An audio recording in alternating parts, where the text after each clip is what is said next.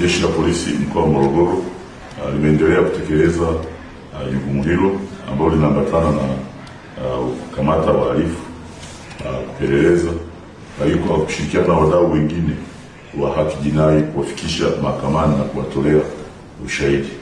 Kwa leo hii nipenda kutoa mrejesho kwa umma kuhusiana na mafanikio ambayo yamepatikana kutokana na kazi nzuri ya Jeshi la Polisi ambayo ilifanywa hapo awali kwa kukamata vijana 6 maarufu kama vishandu katika kata ya Chamwino ambao hivi karibuni wamehukumiwa kwa kutumikia kifungo cha miaka 30 jela.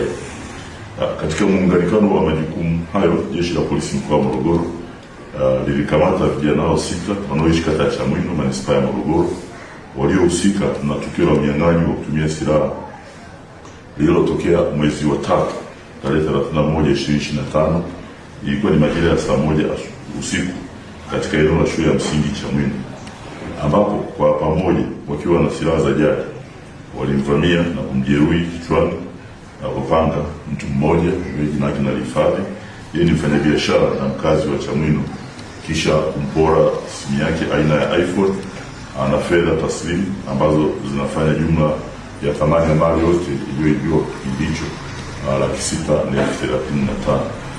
Kwa mara baada ya kuwa limetokea tukio hilo, upelelezi ulifanyika na jitihada kufanyika. Washtakiwa walikamatwa, kuhojiwa kwa kushirikisha vyombo vingine vya kijinai na baadaye kufikishwa mahakama ya wilaya Morogoro, na kesi hiyo imesikilizwa na Mheshimiwa Hakimu mahakama hiyo Teresia Kaniki, na baada ya mchakato wote wa kesi kukamilika wamepatikana na hatia. Hao washtakiwa wamehukumiwa kifungo cha miaka kutumikia kifungo cha miaka 30 jela baada ya kukutwa na hatia, hukumu ambayo imetolewa hivi karibuni Januari 19 mwaka 2026.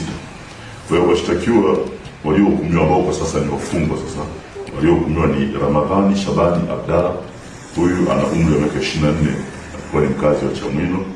Amos John Paul ana miaka 23, naye mkazi wa Chamwino. Said Shabani Aidan miaka 20, mkazi wa Chamwino. Ali Hassan Ali na miaka 20, mkazi wa Chamwino. Joseph Raymond Haule miaka 18, ni mkazi wa Chamwino, na mwisho ni Aidan Exavier Thomas, naye ni mkazi wa Chamwino, ana umri wa miaka 18.